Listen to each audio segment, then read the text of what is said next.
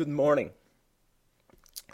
Many of you knows that the United Church is going through profound transformation when it comes to membership, through number of congregation, through the money that we raise and everything. We live in a different time than when this United Church of ours were created in 1925. It's an obvious observation. So to face the challenges and the reality of this 21st century, the church created 3 years ago a comprehensive review task group, and they consulted for the last 3 years. Over 600 congregations were asked to provide their feedback, presbytery conference, interim report, and now the final report has been released. This report will go to the General Council that will be held in Newfoundland this coming August. And I thought that maybe I would like to offer you some of the highlights of this report. I will not cover everything because it's still 40 pages. But the report is on the United Church website and also on our congregation website, kuc.ca. It's fairly easy to understand, fairly easy to read, nothing crazy, but so this message might be longer than usual, but I will try to be concise. So what are the major changes or transformation that are suggested by this report? One of them, and before that, I just want to say that for most of the people, they won't see necessarily the change.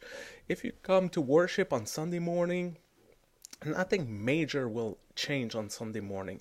It's more on the periphery, it's more on the way we are the church that will have an impact either on our congregations or in the structure. So that I want to remain clear.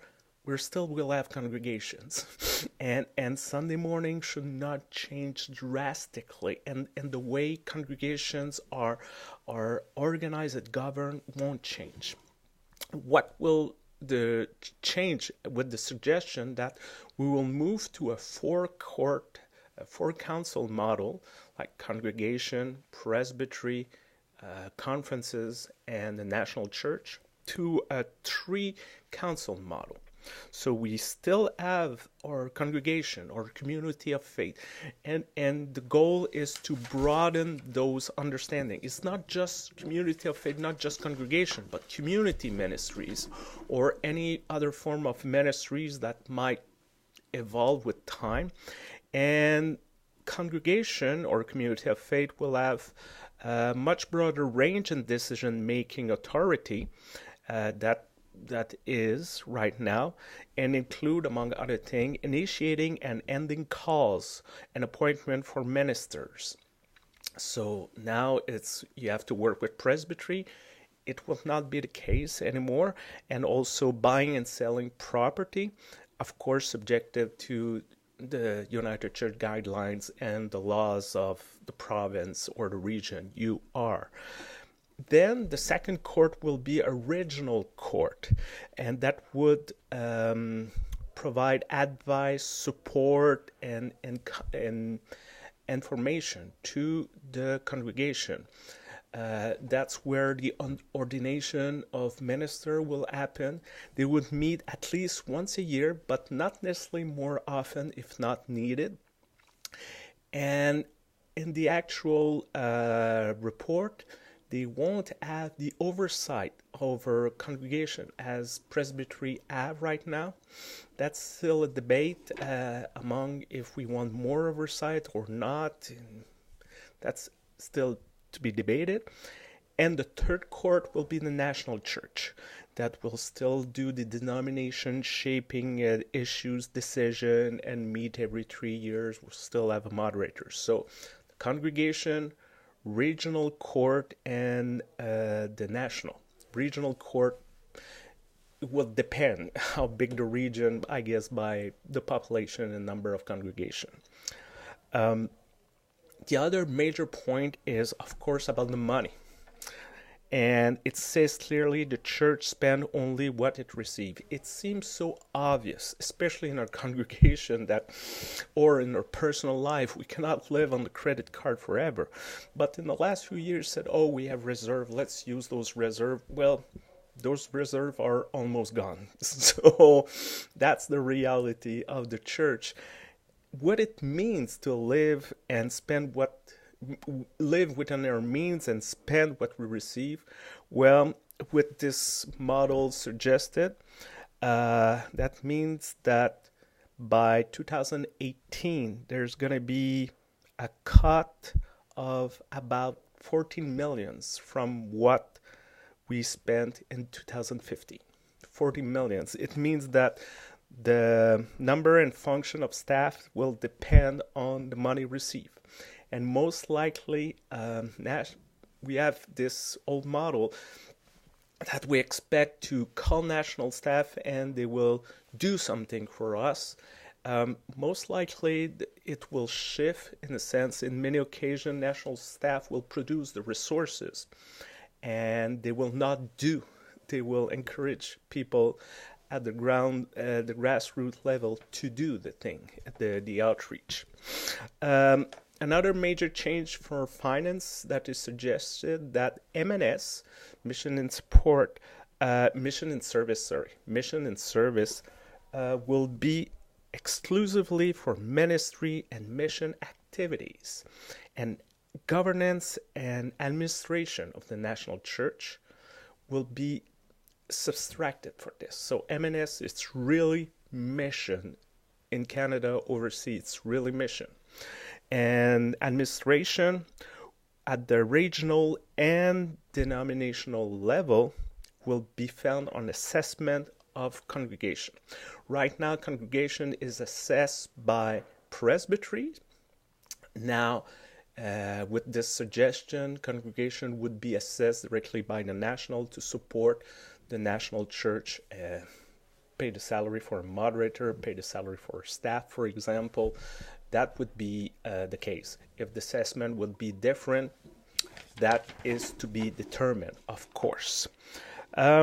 Another significant change is the creation of a college of minister. Many professions have a college, like doctors, like teachers, like engineers, many professions. So the College of Minister would be the one who will accredit, oversee, and discipline the minister, make sure that people who are ordained have reached a level of criteria like we have right now. So we're not changing necessarily the criteria to be a minister. It's not through the presbytery, it's not through conference, interview board, ENS, all those things will not exist anymore. It will be a college that will oversee everyone coast to coast, and also discipline and inquiries and all those things.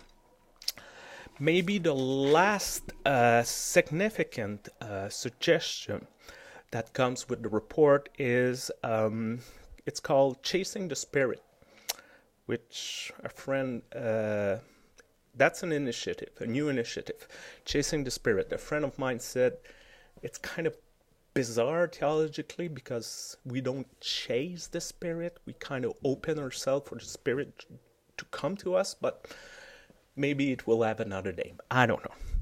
And it's also to understand that we cannot just cut and expect the church to live. We also need to create something new and to adapt to our current reality. So what is suggested that 10% each year received through M&S would be set aside for new initiative, new ministries, new form of ministry, and could be very large, and so it will be provided through grants or loans, And we're not talking here creating a new congregation and loan to build a building, but we're looking at something completely different, and to give that kind of starting money, because sometimes it's very difficult to start a new ministry without, and said, oh, you have to raise your money too. That's often a big hurdle. So we as a United Church, we want to also think of different ways of being the church, not necessarily departing from congregation, but saying congregation is good, but there are other ways that also needs to emerge so we can be more present. That's basically, like I said, the major change suggested. Maybe the image I would like to suggest is it's like downsizing your home in your life. Many of you went through this or have loved one who went through this. Often there's a sense of loss, sense of sadness. But also we know that's not the end of everything, but more a new phase in our lives. So here, what's the recommendation offer us? The report and the recommendation of the report offer us is a plan in our downsizing, because we are smaller and we have less resources than we used to have. The choice we have is we either have a plan to downsize or we don't have a plan to downsize, but we will have to downsize no matter what. Is it the best plan? I don't know. We have a group of very committed people who work very hard on this, and they think that's the best they have to offer. Maybe there's better ideas that will emerge between this report and General Council. But for something sure, doing nothing is, I don't think it's an option. Doing nothing is just trying to avoid and deny what's going on. So I really encourage you to read this report, and there's a series of events that are offered in Ottawa Presbytery. There's a series of evening that you can attend, ask questions, learn about it, and most of it, I would like to invite you to pray. To pray for the commissioner that will go to General Council, that will have to deal with this very challenging task, very difficult task, and hope that they will have the wisdom and the courage to give us something that will inspire us and give us this extra strength we need for the 20th century and 20th century. Thank you for staying with me for this longer message. If you have any question, you can ask me. Just take care, and hope to see you very soon.